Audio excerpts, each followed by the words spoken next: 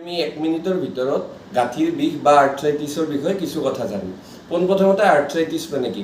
Arthritis মানে হ'ল আপোনাৰ শৰীৰৰ যিকোনো গাঁঠিত যদি ৰঙা হয়, ফুলি উঠে বা বিষ হয়, সেইটোকে কয় আৰ্থ্ৰাইটিছ। আৰ্থ্ৰাইটিছ প্ৰধানতে দুই প্ৰকাৰত থাকে, ইনফ্লেমেটৰী, নন ইনফ্লেমেটৰী। নন ইনফ্লেমেটৰীত পৰে আমাৰ অষ্টিঅ'আৰ্থ্ৰাইটিছ, যিটো আমাৰ বয়সৰ লগে লগে গাঁঠিবিলাক ক্ষয় যোৱাৰ কাৰণে হয়। এতিয়া কথা হ'ল আৰ্থ্ৰাইটিছ হোৱাৰ প্ৰৱণতা কেনেকৈ বাঢ়ি যায়। প্ৰথমটো হ'ল অটোইমিউন আৰ্থ্ৰাইটিছ, যিটো মহিলা মানুহৰ বেছিকৈ হয়। তাৰ উপৰিও স্মকিং কৰিলে বা বেড ফুড হেবিটছ বা পলিউশ্যন বা কেতিয়াবা এলকহলৰ লগতো আৰ্থ্ৰাইটিছৰ লিংক থাকে। এতিয়া কথাটো হ'ল আৰ্থ্ৰাইটিছে অকল জইণ্টকে ক্ষতি কৰে নেকি? নহয়।